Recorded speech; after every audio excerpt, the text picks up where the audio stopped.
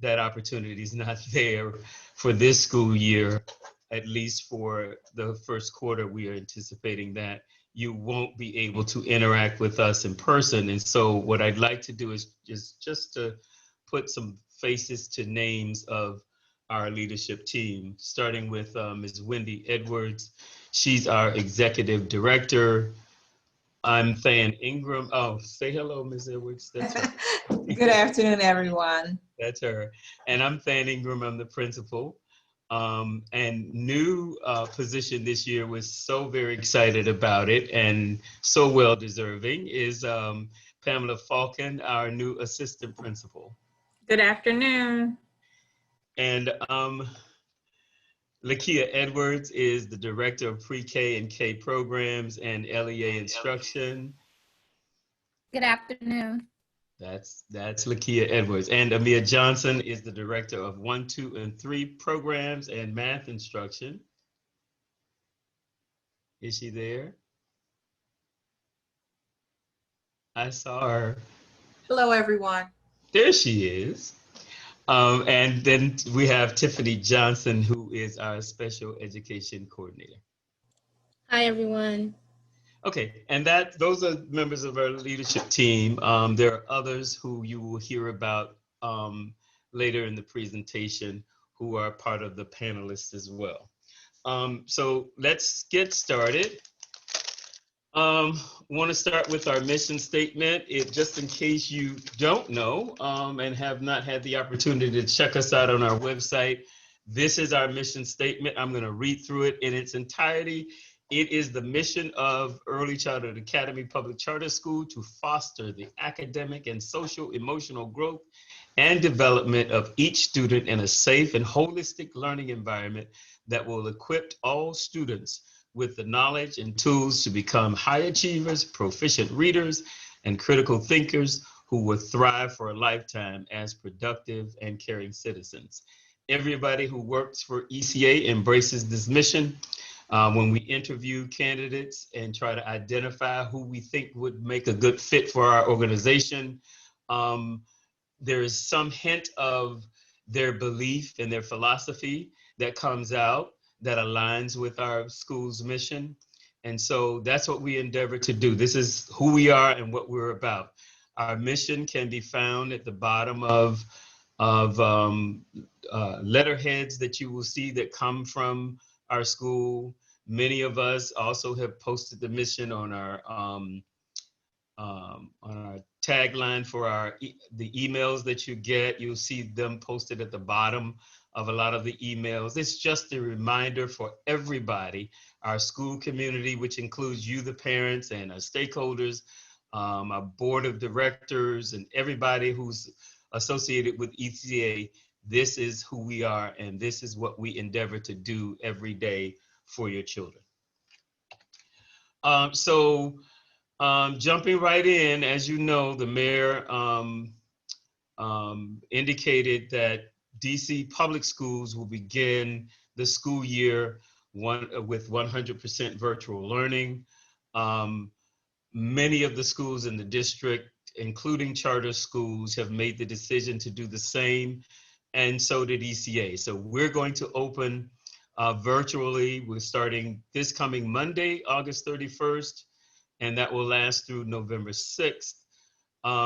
Just so that you will know, we anticipate that late in October, we'll be getting some more guidance about the status of the District of Columbia, and they're going to review that and make determinations of whether or not we'll have a hybrid model or some sort of phased approach for children to return to school buildings. But you will know before the end of the semester, which would be November 6th. And anybody on the leadership team, you can jump in at any time. Just unmute yourselves if you see that you can add something to any of the things that I'm sharing. So jumping right into our schedule for our students. And so this is what your schedule will look like each day. They're going to start right at 9 o'clock and go through actually 11 o'clock with their teachers each day. The teachers will be providing ELA instruction.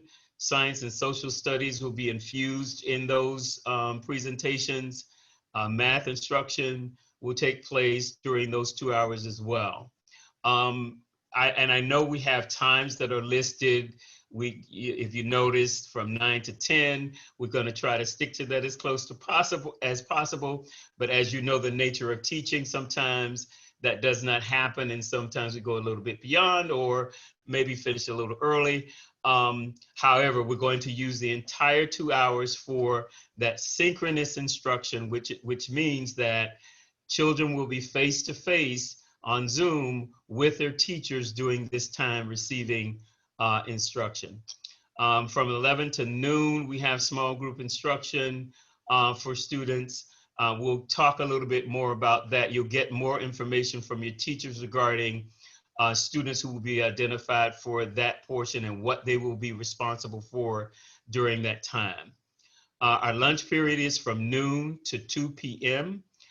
We made it that way for a couple of reasons. One main reason is that we will be providing meals for families to come to the school and pick up.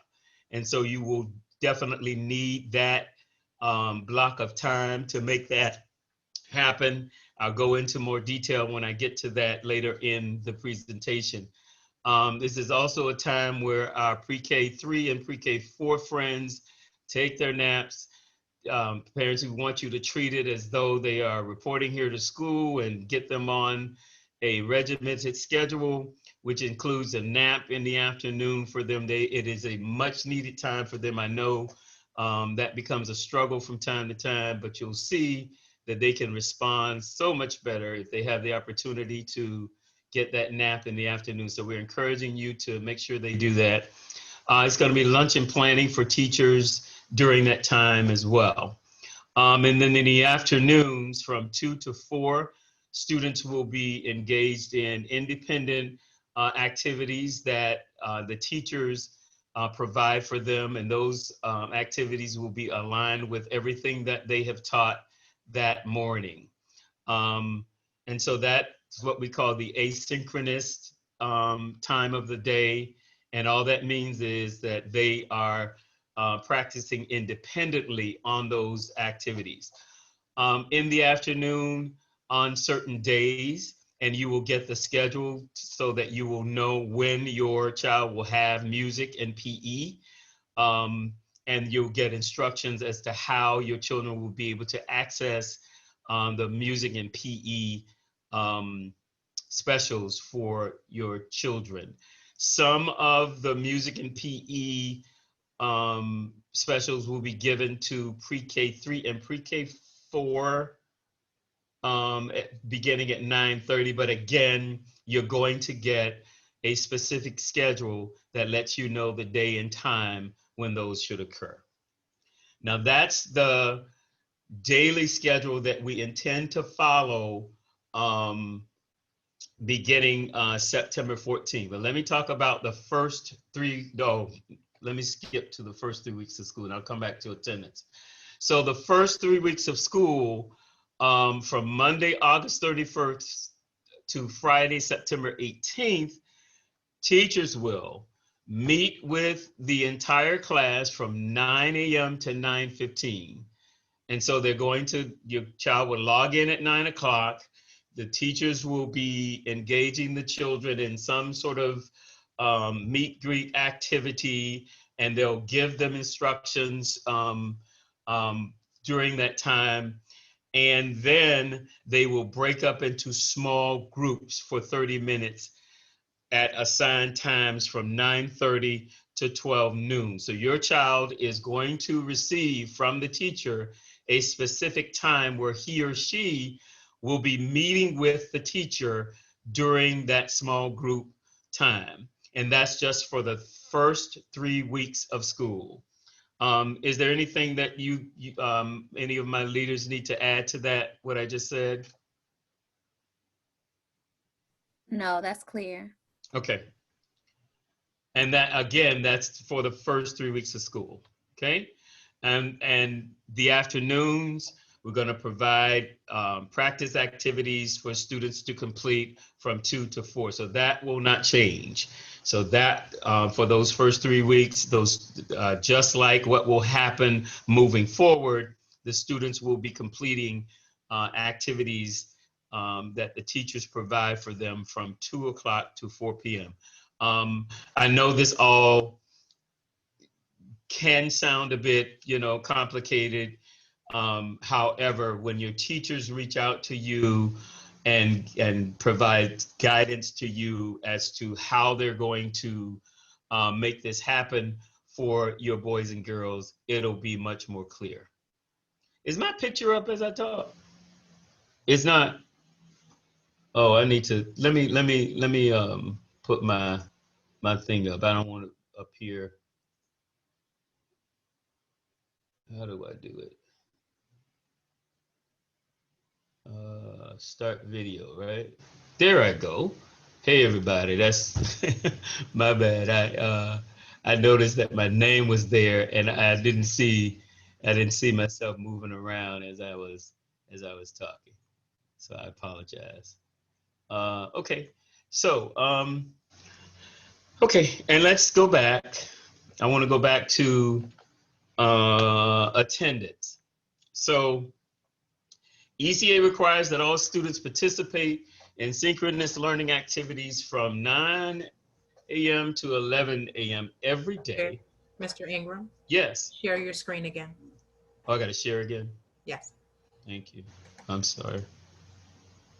How do I do that? I got to end the show and go to share screen. I'm glad I got my team on because I'll be going forward and talking, but they laugh at me sometimes. So, we talked about the first 2 weeks of school. I'm going back. Attendance. ECA requires, can everybody see the screen now? Thank you. Yes. So ECA requires that all students participate in synchronous learning activities from 9 a.m. to 11 a.m. every day unless ill. So the only excuse that is acceptable is illness. No other excuses we're going to accept. Please report all absences to your child's teacher as soon as the need for absence is known. If we do not receive advanced communication of an absence, we will call the student's parent guardian to determine the reason for the absence. You will receive a call from Ms. Courtney Mayfield, who will, reach out to you and determine what's going on, why is the child absent. And it'll be a nice, friendly call. She's a sweet, nice, friendly person who will who will be reaching out to you to find out. Our goal is to make sure that all of our children are participating, and so she'll be reaching out to you. Please do not keep your child from virtual learning for vacations, out-of-town travel, overnight stays at others' houses, sleeping, technological difficulties. I'm going to talk to you about how you can get those things addressed as we move forward. Hello, everyone. I'm Mrs. Mayfield. That's Courtney Mayfield right there. So we talked about the first 3 weeks. So academic instruction. So I put this here so that you will be clear. This is after the first 3 weeks of school, where your children will be split up into those small groups in the mornings. On September 14th, however, that's when we begin full class academic instruction, where they will log on with their teacher. And from that 9 till 11 time block that I talked about earlier, that's where they're going to be receiving the instruction directly from the teachers. They will log into the Zoom account and the teacher will take them through face-to-face instruction starting September 14th, and that's for all students. So we have 3 basic electronic platforms. Many of you are already familiar with Class Dojo because we've used it over the years. And that's a platform that keeps you informed of all of the things that's happening, gives you current updates on how the students are doing. And it is also real-time communication with you as children are working in their virtual workspace. So the teacher can, for example, send a message to you real time about how your children are responding behaviorally and academically, and you can respond to the teacher. Zoom is, of course, what we're on now. That's the platform that we will use for our face-to-face instruction each day that the children will go on to. Google Classroom is the platform that we will use actually to house all of the other features that we have. There are other apps that children will need to access, but they will be housed on Google Classroom. You will get specific directions and instructions from your child's teacher as to how they can access all of what they need to be engaged in through Google Classroom. It'll all be very clear. Student virtual learning expectation. Here are the expectations that we have set for our children as they learn virtually. Students must attend virtual lessons with the teacher beginning at 9 a.m. daily. I want you to, parents, think of this as them reporting to school. So just like last year, ready or not, the bell rang at 8:05 and they were expected to be here ready for breakfast or ready for instruction wherever they were supposed to report. And so the same expectation, we have that same expectation for virtual learning. That school, I want you to start, and even, your thinking needs to be this way, but I also want you to impress this upon your children, that they are actually, when they log in, they're actually reporting to school. So I want you to think of it in that way.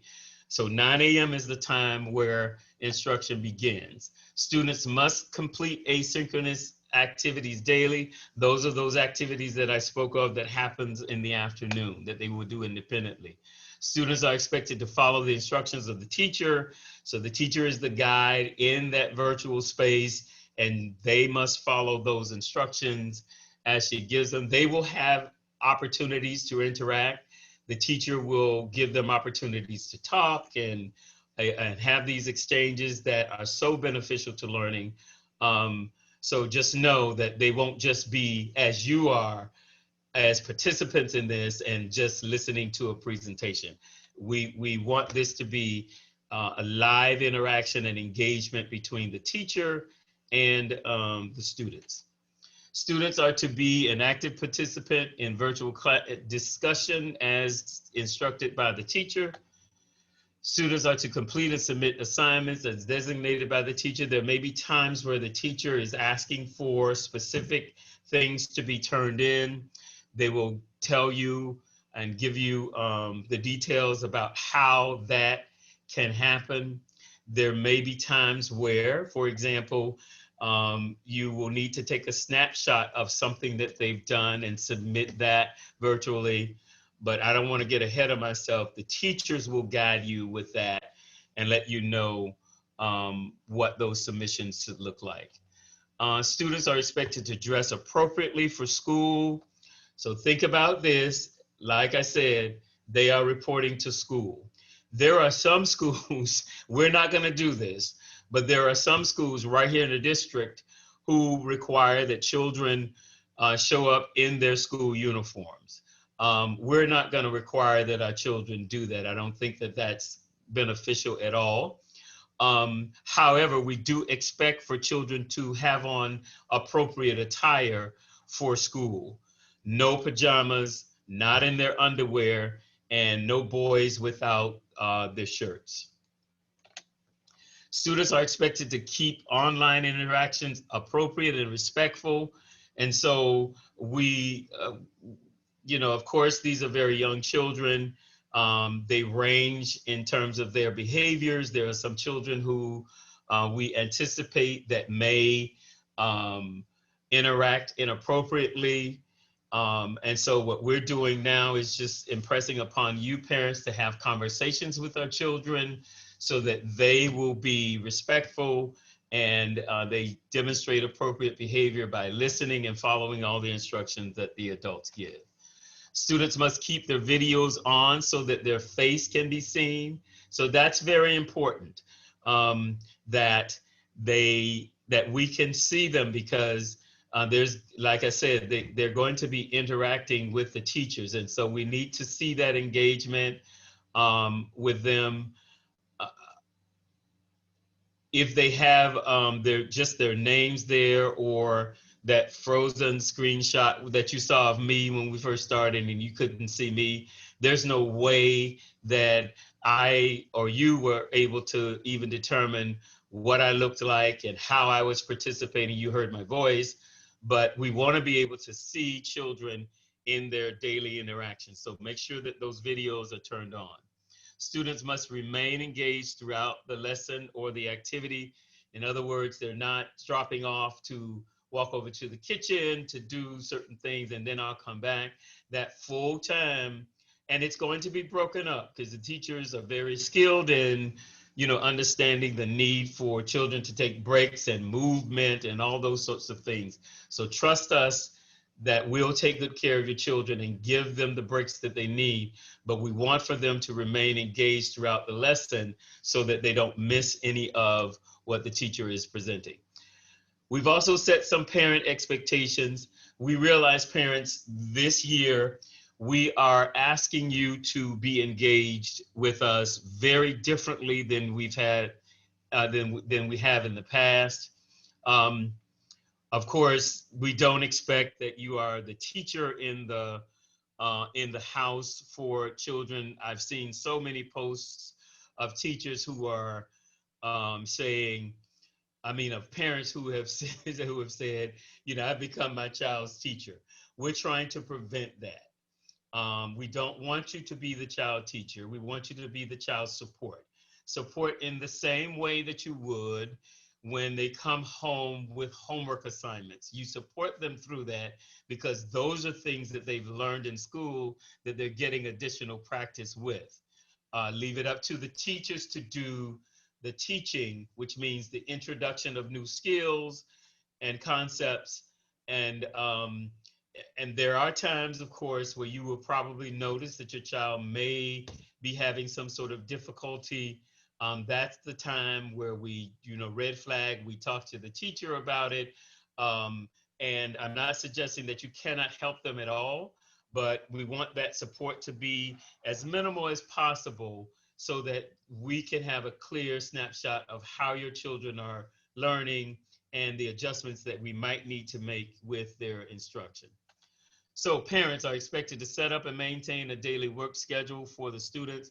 So a regimented schedule. We get up, we have our breakfast, and so by 9 o'clock, we're on, ready and available for instruction. Parents are expected to set up a dictated learning space in the home, free from distraction and interruptions, pets, siblings, televisions, etc., as much as possible. I came from a family of 9. There was no way we were going to be able to set up dedicated spaces for all 9 people in that day. Thank God. We didn't have to do anything like that. But we do understand that that not everybody has the ideal space where you can, have a dedicated learning space in your home. But we're asking that you try as much as you possibly can to dedicate a space that the children report to daily so that they can have the mindset that this is the place I report to, and this is the time that I'm on, and there are no distractions, and I am here to be engaged in the learning that my teacher is providing. Parents are expected to check for platform assignments, and so your teachers will give you much more detail about that. That is especially clicking on Google Classroom, because again, there's some apps there that your teachers will be asking children to navigate and access. So you will need to be checking those platforms behind your children so that you can ensure that they are, clicking on the right things and accessing the right information. I do realize that not every parent is available to do that real time, like in the moment. That's why we're going to provide a whole lot of support from the start, because part of those small group meetings will be helping children to navigate through all of these platforms, showing them how to use, the mouse and drag things, showing them how to access an app while they are online. So we want them to become as proficient as possible so that you don't have to necessarily be there to ensure that it happens, because we do realize that not every parent will be available in that way. Maintain open lines of communication with your teachers. This is extremely important this year, way more important now because we're virtual, that you keep the lines of communications open between yourself and your child's teacher. Can't go off and just decide, I don't want to have anything to do. My child is getting this stuff done, and just very little communication. We want to hear from you. Your teachers want to hear from you. We don't have the opportunity, of course, this year to see you drop your kids off and pull you to the side and kind of have these, one-on-one conversations about what occurred that day. That can't happen. So we're gonna have to keep the lines of communication open so that you maintain that rapport with the teacher and you are up to date on how your child is doing. Parents,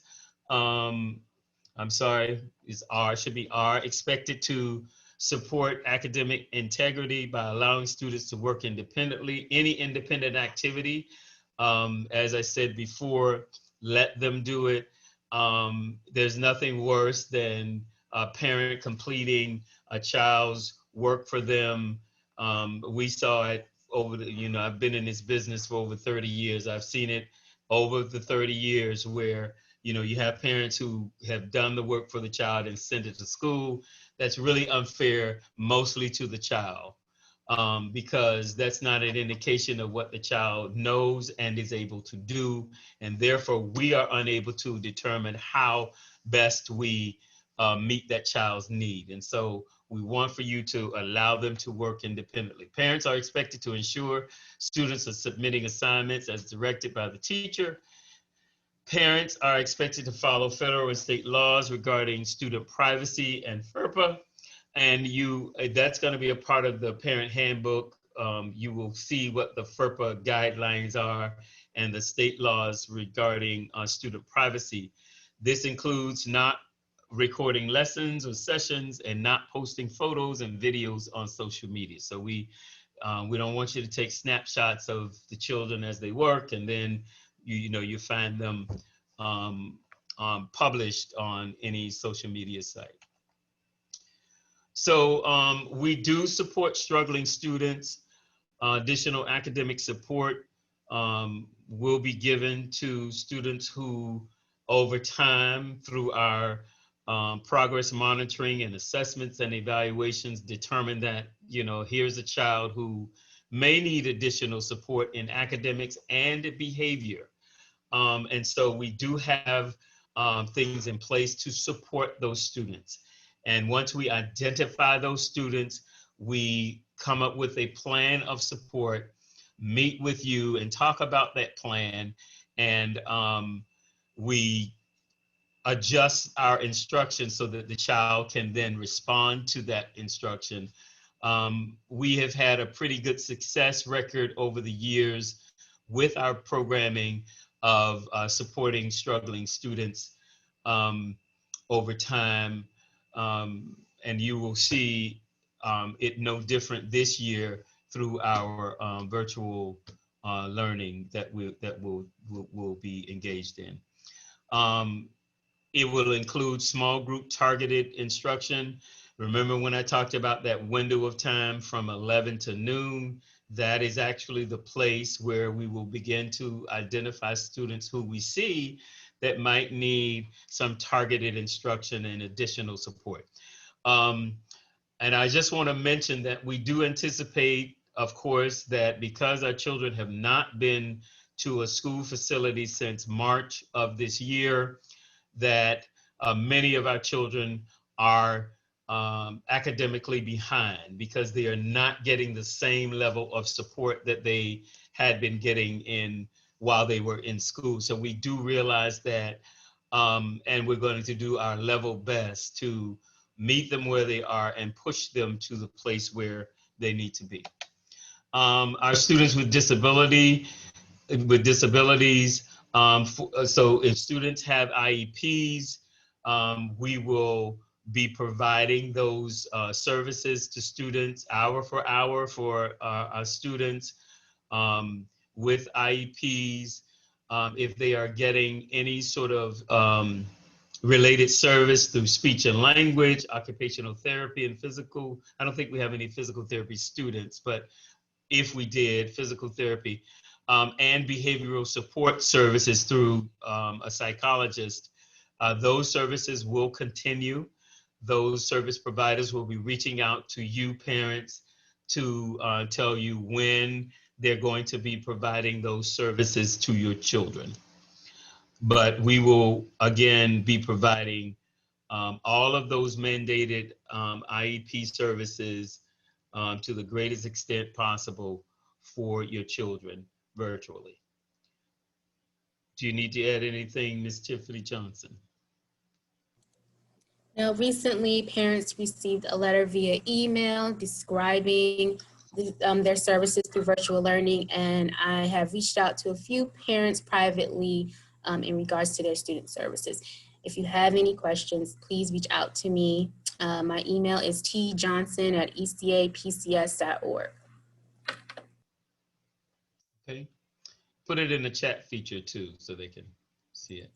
All right, I'll do that. So we have, of course, a very unique situation here. We're going to be providing meals to families. We're going to have 2 distribution days, Monday and Thursday. We will occur every Monday and every Thursday from 12 noon to 2 p.m. And in those distributions, so distribution 1, of course, is Monday. You will receive Monday's lunch, Tuesday's breakfast and lunch, Wednesday breakfast and lunch, and Thursday breakfast. On Thursdays, you will be receiving Thursday's lunch, Friday breakfast and lunch, and Monday's breakfast, okay?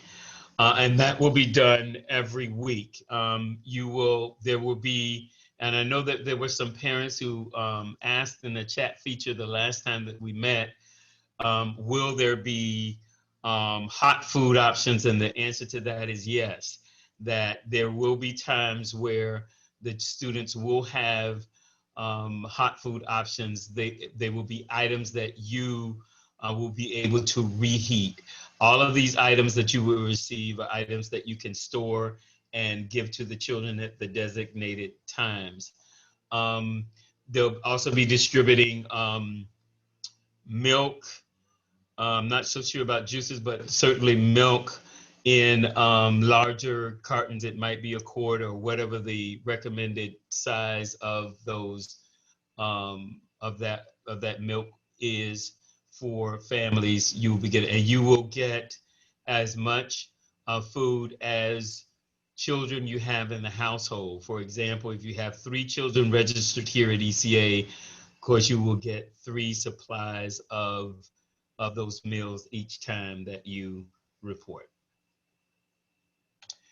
We're going to have our drive-by distribution of Chromebooks and laptops, student supplies, and Monday's breakfast tomorrow. It starts tomorrow. Distribution will be August 27th and August 28th from 3 p.m. to 6 p.m. One word of caution, they're planning the march on this Friday, and so there may be some difficulty traffic-wise because of it.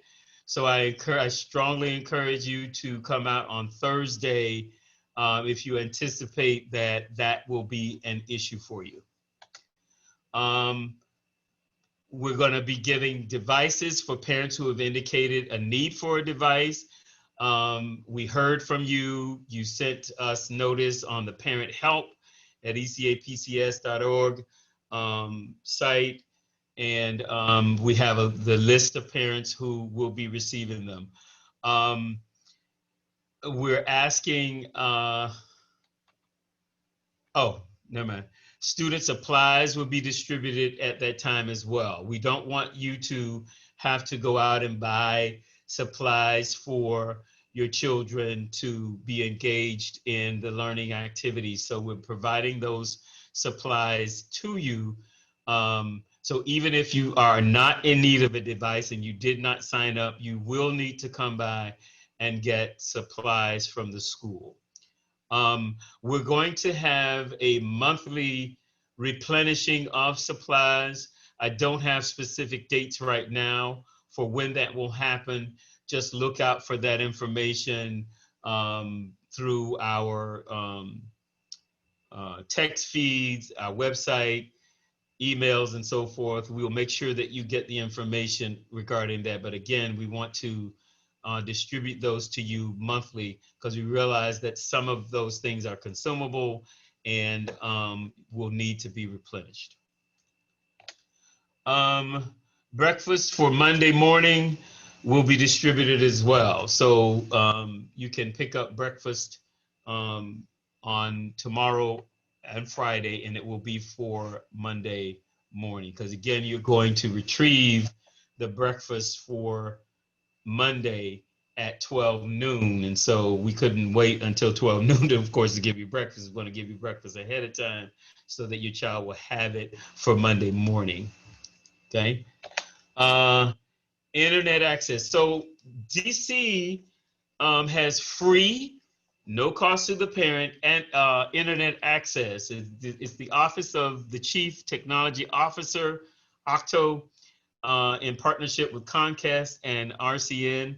They're offering free internet access for households with school-aged children enrolled in DC schools. Any child enrolled in DC school is eligible, but there's some eligibility criteria, and they are families that receive SNAP or TANF benefits. You are eligible.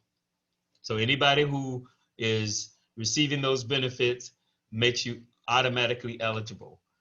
DC government has said they are not going to disclose household SNAP or TANF participation. That's not going to be publicized or, shared with any other organization or any other governmental entity.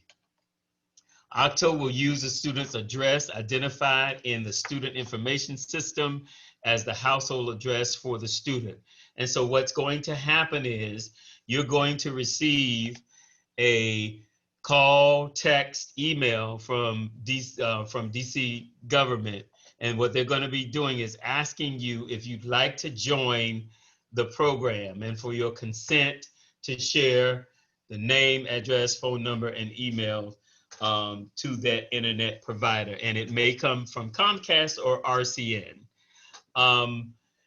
One of the questions that was raised yesterday when we met with the Deputy Mayor of Education regarding this was, parents may think that, it's one of those annoying, robocalls. You know how they call and they try to say, would you like free internet access? That does sound kind of questionable. But we want for you to be aware that that's exactly what they will be saying. Would you like to receive free internet access? So just be prepared. And they have everybody's information. We actually are responsible for uploading information, just the address information and so forth, to this system. They can identify the households that meet the eligibility criteria, and then they will just reach out to you. They have also said that students who are virtually learning from a location other than their primary address, we will have to red flag by And then we're going to have to use a separate form to notify them of that. So again, if you have your children participating virtually and they need internet access and you are eligible for it, but they're not participating at the household address that you provided, which made you eligible, you need to make the school aware of that so that we can then red flag you and get that information to the Office of the Chief Technology Officer so that you can then participate. Does anybody need to add to that, Ms. Edwards? Sure. So I just want to add that some of our team attended a virtual meeting today about this.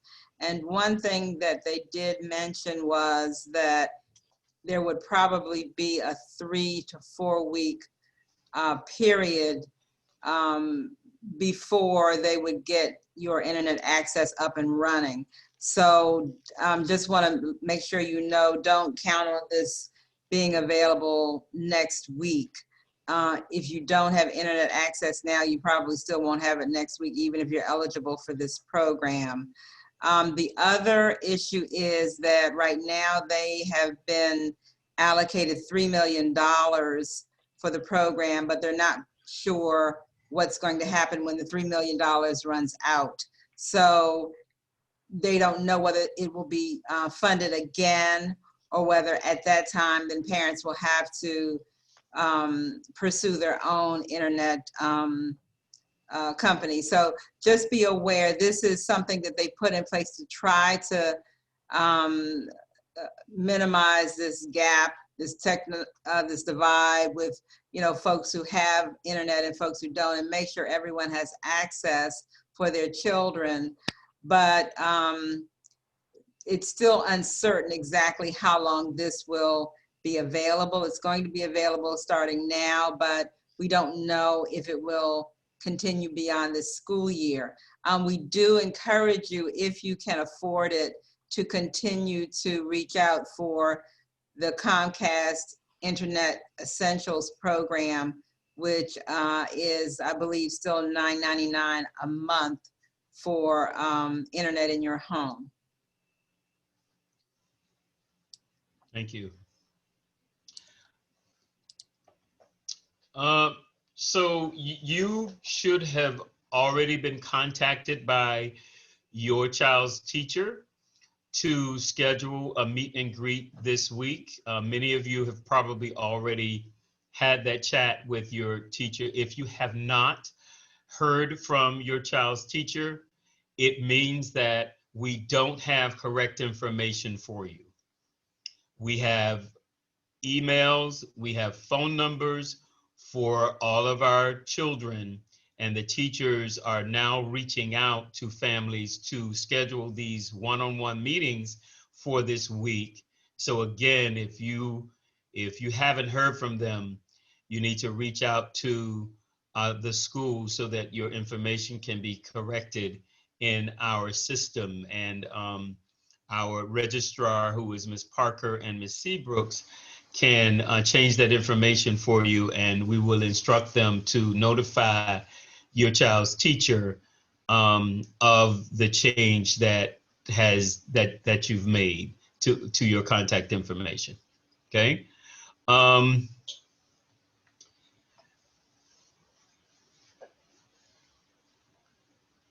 Okay. Check out our website. So Jasmine Shannon is who does a spectacular job. She's everything social media, and no matter what it is that we do, she's just one step ahead of us. Wanted you to have an opportunity to see who she is. Are you still there, Ms. Shannon? I'm here. Hello, ECA family. I was actually looking for an ink pen because I noticed that we had a parent that wrote down her name and email address in the chat. So I was trying to grab that information while I had a chance. But it's a pleasure to meet you all. Yes, and so Ms. Shannon is often, listing updates. So I encourage you to check our website frequently She's also the one who manages those text messages that you receive and lots of emails. And when you get that email from info@ECA PCS, she is the one who has authored that and distributes those to you. And we are really, we're sticklers for keeping parents informed. I'm usually extremely disappointed when I hear that when a parent comes to us and says, I didn't get this, or I was never told. And you know, that's disheartening, because we do a lot of work around trying to, you know, keep everybody informed in so many different ways. And so if you are one of those parents who says that you're not getting something, then that's a conversation that you're gonna have to have with us, because it probably means that we don't have the correct information for you, okay? Ms. Shannon, you're unmuted for a reason? Yes, I saw where a parent was inquiring about today's meeting, and I just wanted to make it known that this video is being recorded and it will be uploaded on our YouTube channel within 24 hours. So I just ask that you give me until tomorrow, and it will be available on our YouTube channel. Sure. Okay. Thank you. And we have a parent engagement committee. We have a family support coordinator, Ms. Courtney Mayfield. She's the one who waved and spoke to you earlier. She's everything parent engagement. And so what we've done this year is we're giving you an opportunity to sign up for our parent engagement committee electronically. So go onto our webpage if you are interested in being a part of our parent engagement committee. Please sign up. If you are in the slightest, you know, kind of curious about what we do and how we do things, I encourage you to sign up for it. It won't take a lot of your time. And this year, especially since we're virtual, you won't even have to leave your house. You can participate virtually, but we do encourage parent participation. It's how we know how it is that we are doing here at ECA. Parent handbook will be made available tomorrow. And we will post that on the school's website. And so look for the parent handbook, and we'll have much of the information that I shared today, along with other items that go into much more detail about who we are and our procedures and policies. And then finally, I want to make sure that your child's immunizations are up to date. Make sure that you complete them. No shots, no school. Although we don't know what will happen come November, you just don't want to be caught off guard, you know, in the event that we move to a hybrid model, or however it is that we do, where it could mean face-to-face contact. Just make sure that those immunizations are up to date. And so one other thing, and I don't know if I said it earlier, I set up 2 parent meetings for a reason, so that parents who, you know, may not be available in the middle of the day like this can participate later in the day. So if you participate in this meeting, you do not have to participate in the 6:30 meeting, because you'll hear the exact same thing that I just shared with you, okay? So are there, Edwards? Okay. Yeah, I just wanted to add, parents, check your voice messages on your phones, because if you're like me, you get a lot of spam calls and junk calls. I know I just get so many now. Nothing seems to be blocked. And I have a tendency not to answer calls on my cell phone if it's not someone in my contact list. And so if you kind of handle your cell phone that way as well, you may have missed the call from the teacher because the teachers are largely using their own cell phones. And so it's not going to be a number you recognize. It's not going to be the ECA number. So if you haven't heard from your child's teacher, just check your voice messages. She may have called and left you a message. And so I'm sure we have some questions in the chat feature. And my trusty directors, I'm sure, have been, you know, keeping tabs on that and responding as much as possible to your questions or comments in written form. But if we could, and anybody on my team can answer the questions that you might have. Who will pull the questions, and or do we have questions there?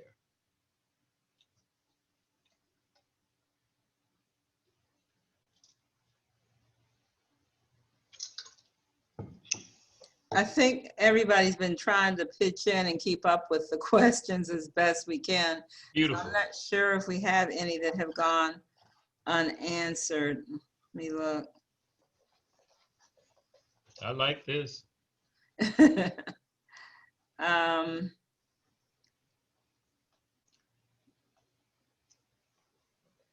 So the someone asked, oh, I see, that's answered. Yeah, I don't necessarily see anything that's not answered. I see someone needs to know. No, I think we're good. Wonderful. Thank you, team. That's great. So parents, thank you again for your participation. Looking forward to seeing some of you tomorrow from a distance as you. Wait a minute, I have, Yes. did we answer the questions about parents who aren't in a car? So for the drive-by, it's really drive-by, walk-by. So whether you have a car or not, if you're in a car, then we'll have drive-by ability, but otherwise you just walk up.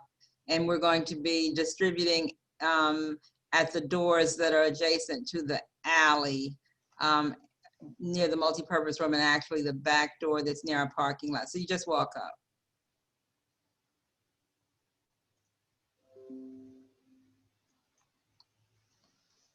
There was a question in reference to headphones. It says, question, will earphones be provided for pre-K 3 and 4?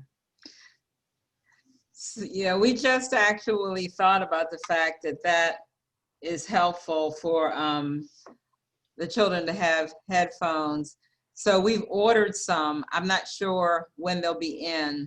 We're in a situation now where all of these kinds of things are being ordered by schools all over the country.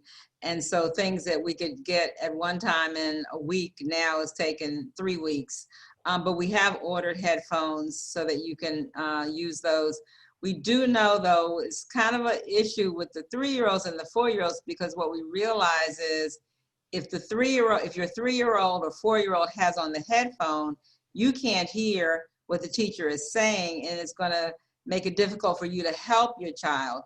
So I guess you can just kind of see what works best for your child to wear them or not wear them. But we have ordered them, and we'll let parents know when they're in.